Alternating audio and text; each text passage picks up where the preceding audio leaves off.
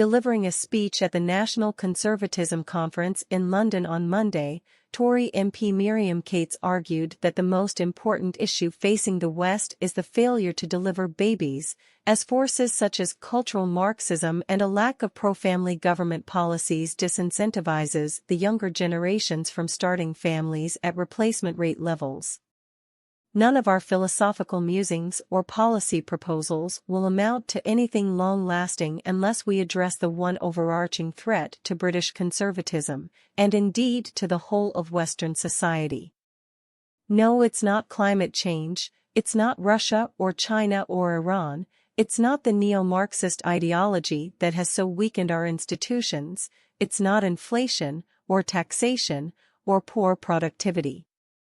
There is one critical outcome that liberal individualism has completely failed to deliver, and that is babies, Cates told the crowd at the Emmanuel Centre in Westminster.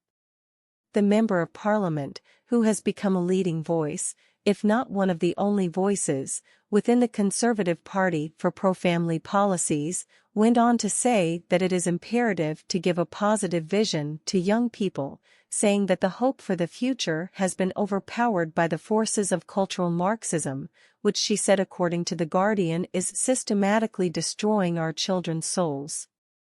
Cates argued that a broader societal shift is required to foster the environment needed to encourage families to prosper, saying that while important, home ownership and employment are not the only things that matter in the equation. When culture, schools, and universities openly teach that our country is racist, our heroes are villains, humanity is killing the earth, you are what you desire, diversity is theology, boundaries are tyranny, and self-restraint is oppression, is it any wonder that mental health conditions, self-harm and suicide, and epidemic levels of anxiety and confusion characterize the emerging generation? Cates questioned. Nevertheless, the Tory MP went on to criticize the Conservative government for failing to deliver pro-family policies. One of the chief complaints among pro-family advocates has been how the state taxes families versus individuals. The government only taxes individuals, not family units, meaning that families reliant upon a single income of £50,000 will take home less money than two working parents on salaries of £25,000, thereby incentivizing both partners to work rather than stay at home with children.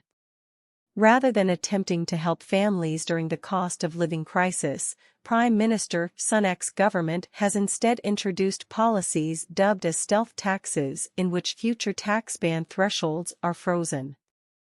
This will likely see thousands of middle-class families be placed in artificially high tax brackets as their wages rise due to inflation, which the freeze doesn't take into account. To add insult to injury, family benefit programs were also frozen, meaning that the same families will likely be priced out of the government programs as their paychecks increase along with inflation. Cates went on to criticize the introduction of no-fault divorces, with the nominally conservative government paving the way for increased divorces with the Divorce, Dissolution and Separation Bill, which came into force in April of last year. While official figures have yet to be released, projections from the PwC professional services firm predicted that this year will see a 23% rise in divorces this year as a result of the legislation.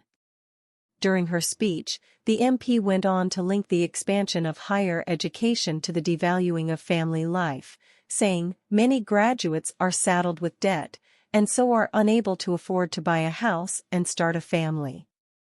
Spending so much time and money on education also makes it much more difficult, particularly for women, to decide when is a good time to pause and have children." Over the past 5 decades, a series of policies have incentivized more women to enter into the workforce rather than staying home to raise children, with 72.2% of women aged 16 to 64 years old employed now compared to 52.7% in 1971.